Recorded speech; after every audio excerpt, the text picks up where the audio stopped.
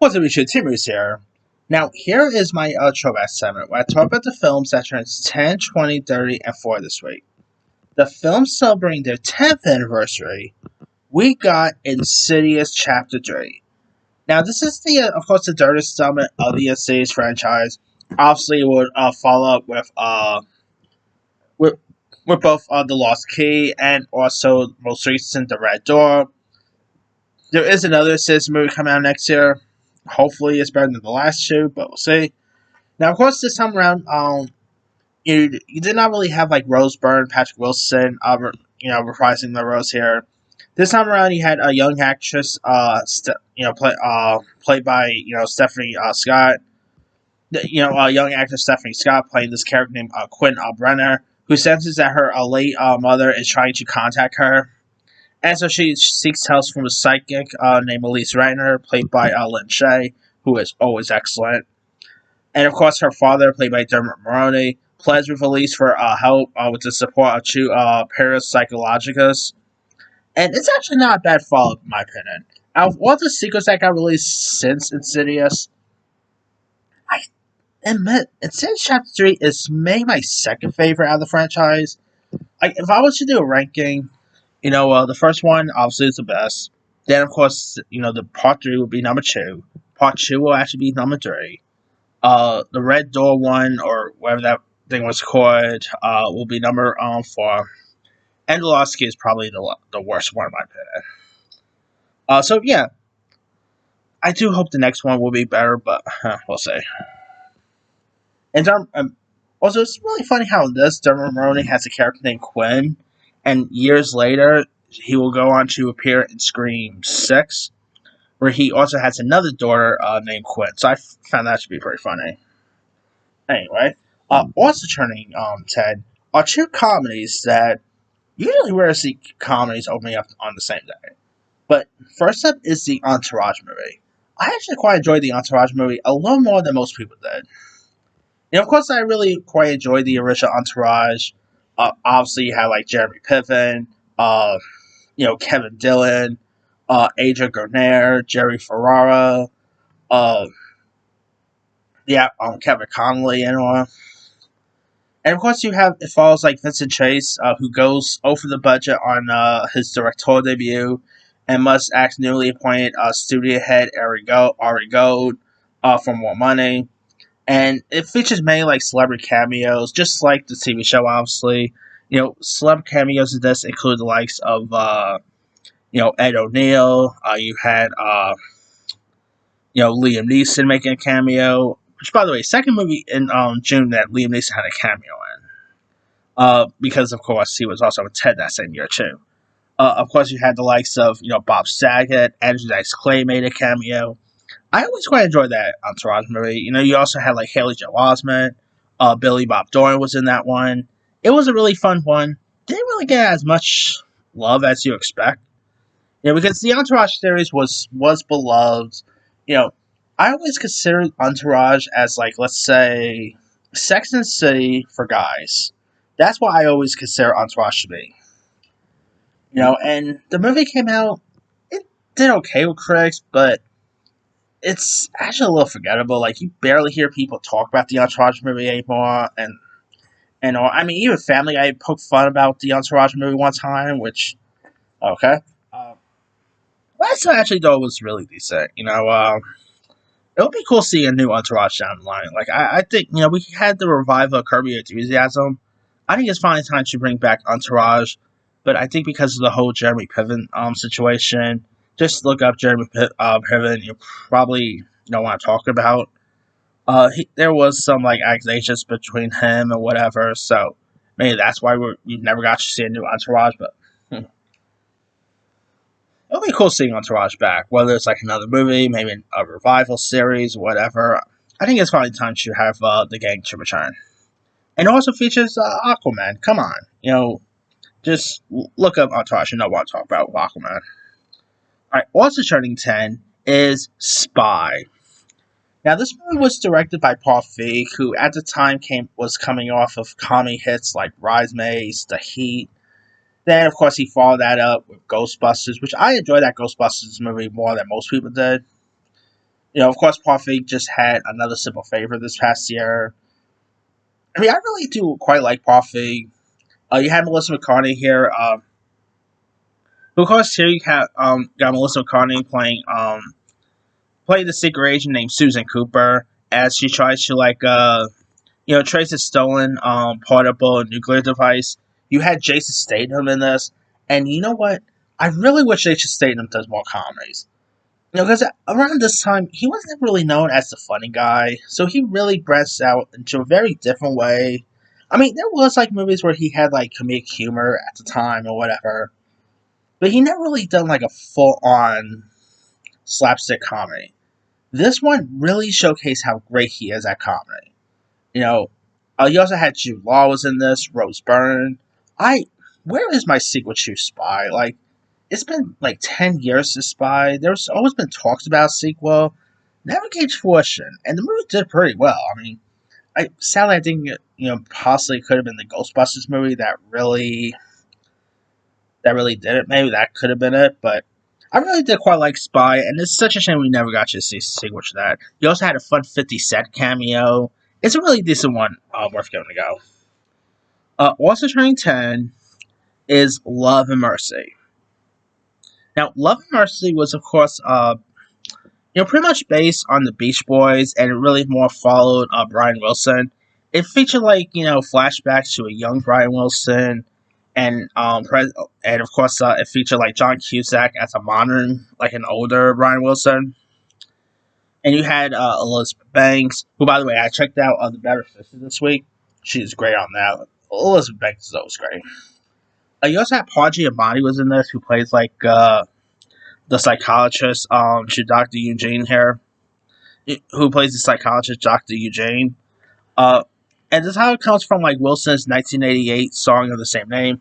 Never really got more of an appreciation to the Beach Boys since probably Full House when they had that little cameo on Full House, But Love and Mercy is a really good one. I still think John Cusack should have maybe gotten some Oscar love. That's unfortunate. Paul Giamatti, by the way, this was the same year that Paul Giamatti was in that NWA biopic, Straight Outta Compton. Dude, that was like the summer of Paul Giamatti being a movie about famed music artists. Because this was about Brian Wilson, and Straight Outta Compton was about NWA. So I find that to be funny.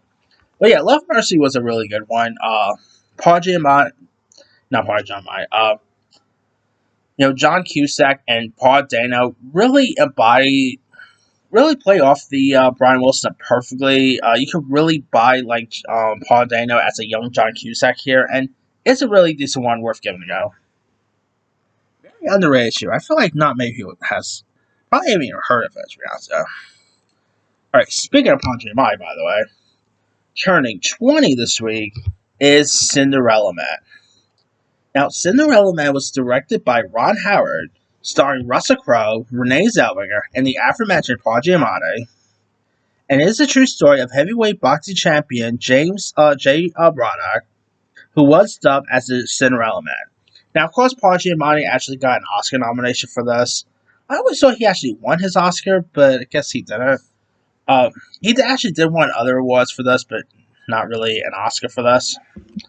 And, Cinderella Man, which was a good movie, by the way, did actually something that not many studios has ever done before. Because, like, when you go to the movies, you pay, like, obviously before A-List came around and all that. And, of course, when you pay for it, if you don't like it, tough, you can't really get your money back or anything like that. Well, when Cinderella Man was released at the time, they actually did something that not many studios have ever really done. Was like, if you, go to see the movie Cinderella Man and you don't like it, guess what? You can get your money back. And I didn't really see Cinderella Man in theaters at the time because I was pretty young at the time, I didn't really watch the movie until, like, I was a little older, really. Until a little later and all. But Cinderella Man is a really intriguing film, though. Russell Crowe, I mean, of course, obviously, Russell Crowe and Ron Howard has worked together before, coming off of A Beautiful Mind and all. But Cinderella Man was a really decent film. Russell Crowe, which is such a shame he doesn't give these type of performances anymore. Like, he's doing Exorcist stuff now, whatever. back then Russell Crowe was the big deal. You know, whether you're talking about The Insider, Gladiator, Beautiful Mind, which of course he won his Oscar for. Or was that Gladiator he won his Oscar? Yeah, I think it was either Gladiator or Beautiful Mind. I can't remember, but yeah, Russell Crowe is still the man. You know, who doesn't love Russell Crowe, right? I just wish he stops doing these low budget uh films nowadays, but it is what it is, I guess. All right. And Renee Zellweger is great too. Who doesn't love Renee? All right.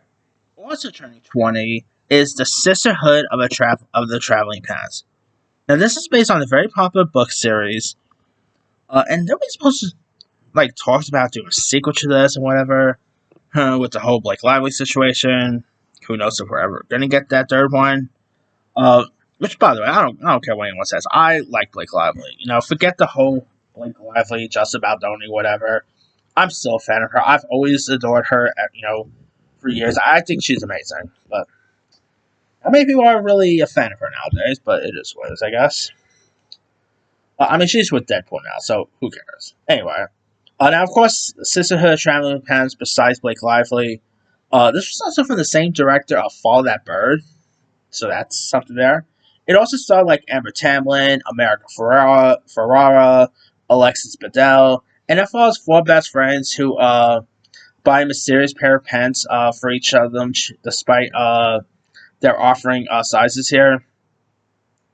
And I actually really quite like Sisterhood of Traveling Pants. You know, the movie definitely had some fun charm to it. The leads like Ferrara. I think this was actually the movie that really put America on the map for most people. Then obviously, I think at the time she also did Ugly Betty. Was it 2005 or like 2006? She did Ugly Betty around that time. Uh, but yeah, she was really good in this. Alex Bedell, obviously coming off Gilmore Girls, was great in this. Amber Tamlin, who by the way is married to David Cross, awesome there. I've always loved Amber Tamlin. Such a shame she doesn't do much anymore nowadays, but it is what it is, I guess. But yeah, Sisterhood is a really decent one, worth giving a go. Alright. Also turning 20 is Lords of Dogtown. Now, of course, this was directed by Catherine Hardwicke, who, yes, gave us the first Twilight movie, but at the time, she also gave us the movie 13, with, like, yeah, 13's a little really awkward to watch nowadays, but I used to always quite like 13 when I was, 13 at the time.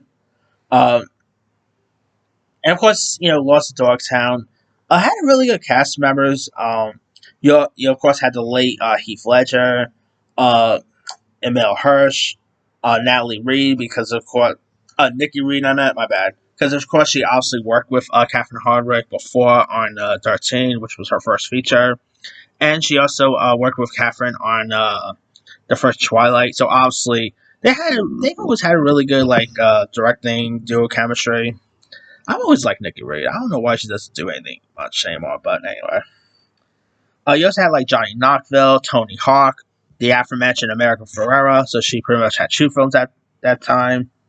Sofia Vergara, Rebecca De Mornay, some really good cast members. The kid from Sky High, Michael Adorano, was also in this. And it is a skateboarder movie about a group of tricks and focuses on the lives of three skateboarders as they navigate rivalry and personal challenges here. It is a really decent film. It is the impact on like the sports. Like you don't really see many like skateboarding films nowadays. Like most recent, back in 2018, I think was there was those two little movies. One of which was Skate Kitchen, and the other was mid '90s. Which they definitely had a little bit of the Lords of Dogtown feel to it. But this was actually a really decent one, worth giving a go. Johnny Knoxville, seeing him pop up when this was cool. Of course, Heath Ledger was great. It is a really decent like coming of age tale about pretty much about skating, about come of age and all, and it's a really decent one, worth giving a go. I haven't seen that movie for years. I gotta see where they have that online or on streaming or whatever. Actually, I don't think many of these are on streaming, but whatever. Anyway, also turning 20 is The Crow, The Wicked Prayer. starring the great Edward Furlong, who you might remember, from like Terminator. Oh boy, what does Edward Furlong do nowadays? Whatever. This of course is about X. Another. This is of course another Crow movie starring Edward Furlong as ex-con Jimmy, who of course with his girlfriend played by Emmanuel Shariki, who I had the biggest crush on her back in the days. I mean, ever since I saw her in that movie Wrong Turn, and of course she was in Zohan. She recently actually the last thing I seen her in was when she played I think Lois Lane's sister in Superman Lois. That was like the last thing I've seen her in, and she was also in Entourage, by the way. I always thought she was going to be a big thing. You don't really see her nowadays, but anyway. Now, of course, this is very similar to the Crow storyline, where of course Jimmy and his girlfriend are targeted by a group of murderers who kills them, and of course a crow brings Jimmy back, and of course he begins tracking down the murderers here, and of course you have like David Boreanaz. Was really interesting seeing him play the villain because I was always used to see him in like when he was an Angel, Bones, and stuff.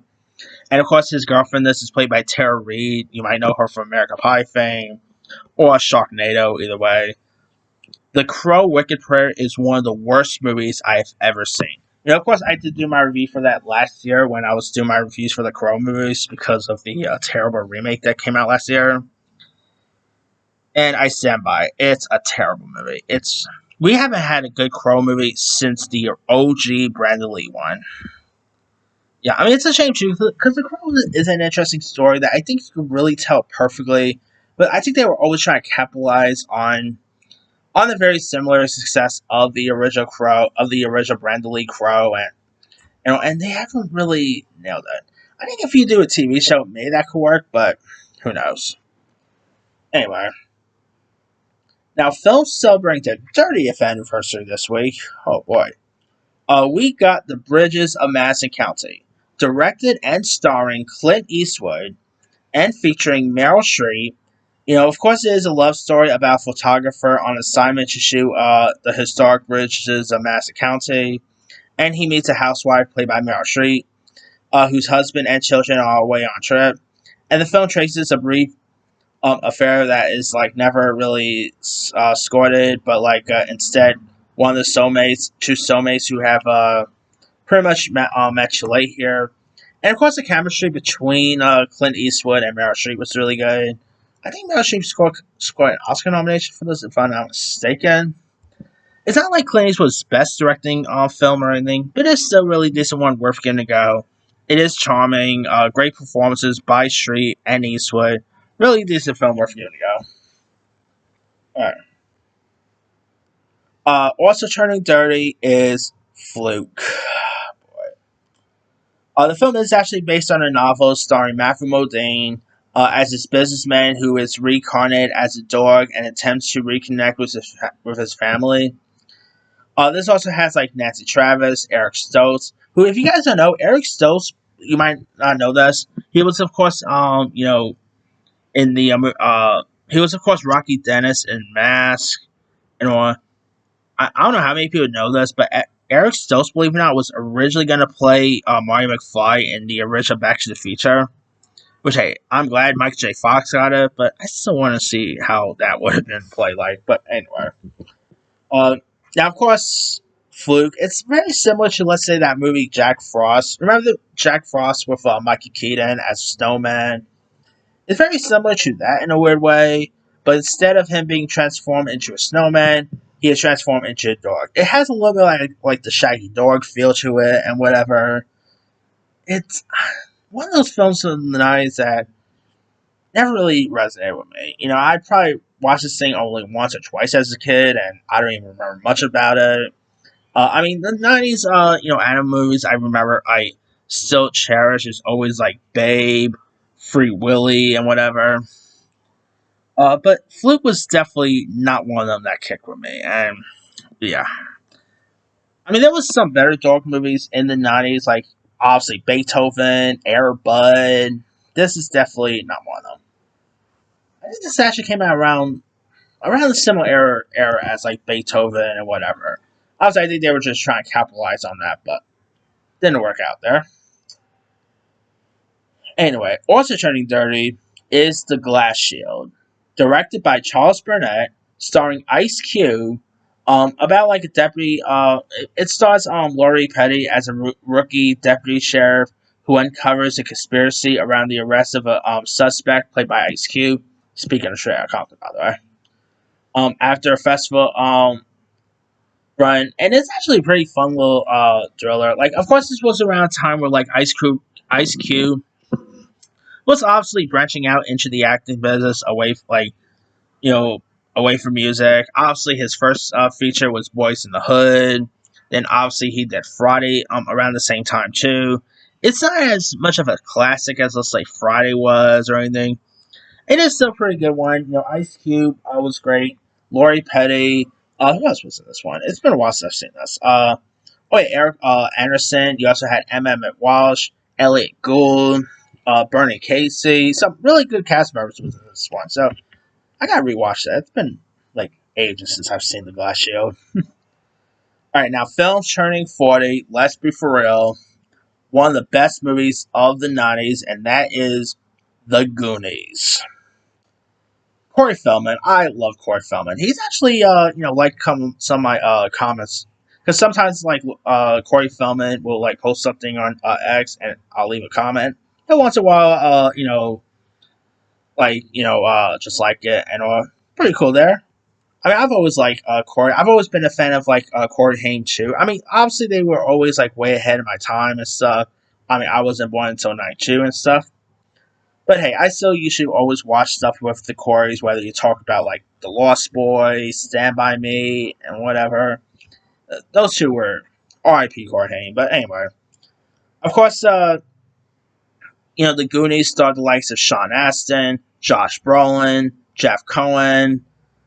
Obviously, you had Robert Davey, uh, you know, Ke Huy Quan, who obviously became an Oscar winner now.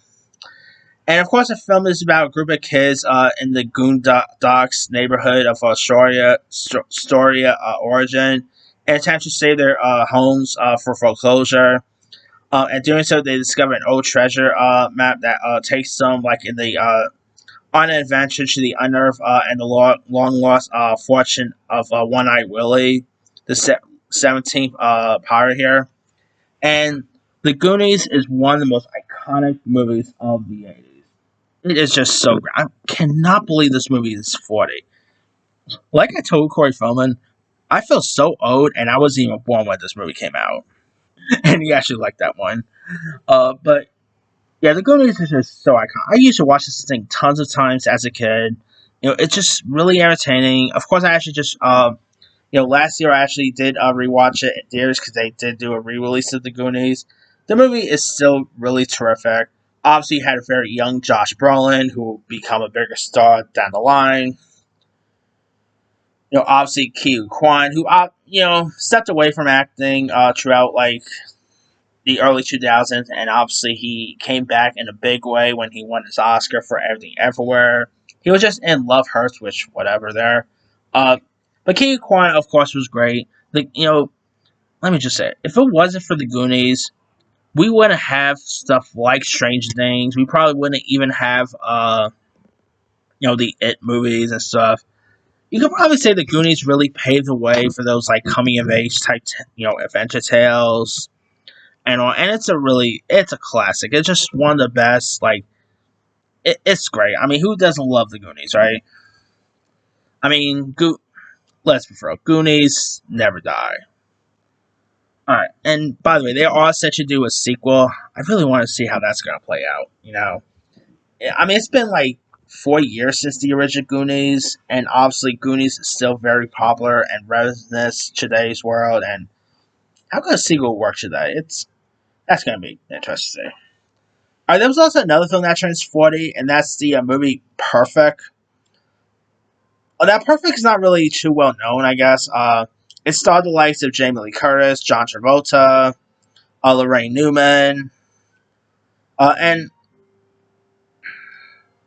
Of course, the film chronicles the popularity of LA health clubs among like single people, and story follows journalist Adam Lawrence, who is of course assigned to interview a successful entrepreneur accused of dealing drugs here, and he is then to assigned to cover the like a second story, and decides to do like a expose of like old fitness clubs and stuff.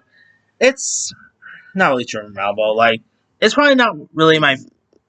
It's not really like the John Travolta or Jamie Lee Curtis movie I ever go back to or whatever. I always keep forgetting they even did a film together. It was also pretty cool. I think it was the Oscars one time when they were like when Jamie Lee Curtis was paying tribute to Betty White, and Jamie Lee Curtis came out with a dog because of course Betty White was like a very lovable animal lover, and obviously the dog was like a stray, and she was trying to find out who could take the dog home and stuff. And the person who ended up taking the dog home was John Travolta's kid, which that was really cool there. Uh, and it's really crazy that John Travolta and Jamie Lee Curtis hasn't really done a film together since. They actually, I remember, watching. They did have good chemistry or whatever, and they were like obviously 70s and 80s icons and stuff like that. Crazy to believe they haven't done other movies together since. But it is what it's, I guess. Anyway, that's pretty much it there. Let me leave to you guys. Which of these films interests you the most? To me, the 10-year one is definitely going to go to Spy. Spy is hilarious. The 20-year one is going to go to. It's actually going to go to Lost in Darktown. The 30-year one is going to go to Bridges in Madison County. And obviously, let's be real. The 41, Goonies never dies. So the 4-year one is going to Goonies. Anyway, drop comments below. Don't forget to like, subscribe, hit that bell for notification. This is Timmy Sire.